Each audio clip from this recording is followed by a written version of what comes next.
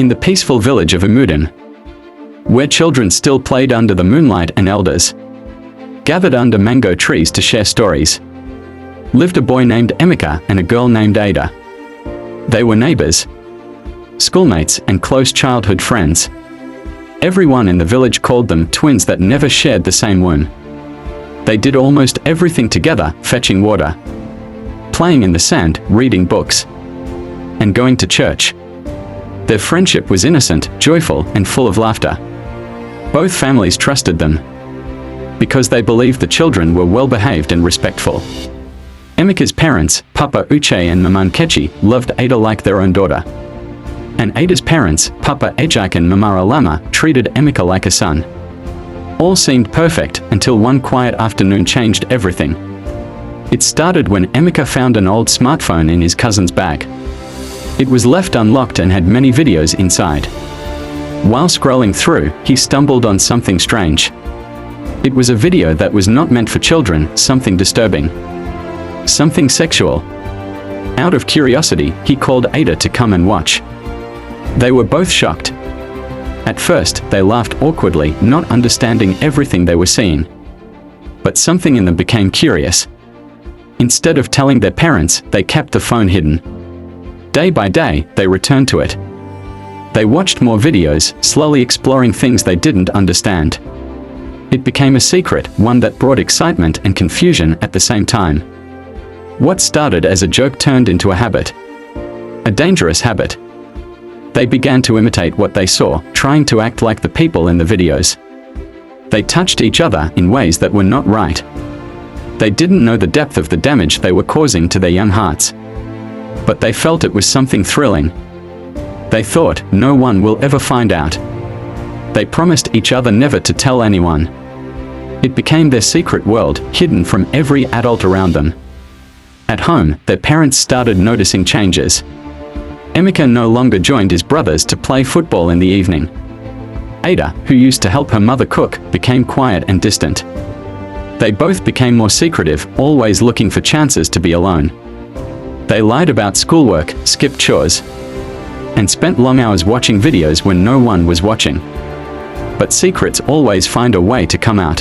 One day, Emeka forgot his phone on the table and went outside to buy groundnuts. His younger brother, who wanted to play games, picked it up.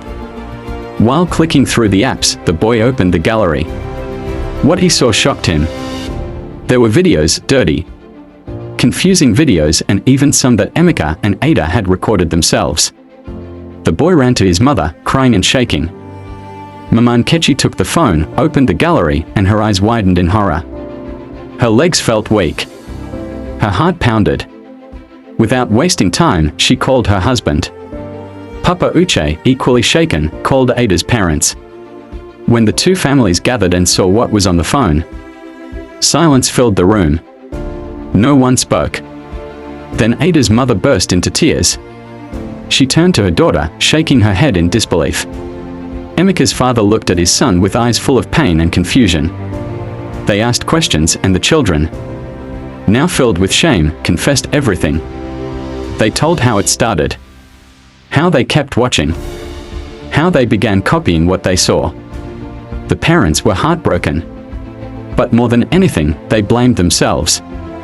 Not because they gave the children phones. Not even because the children disobeyed. But because they were not watching closely enough. They had assumed that Emeka and Ada were just friends. They had trusted without guiding.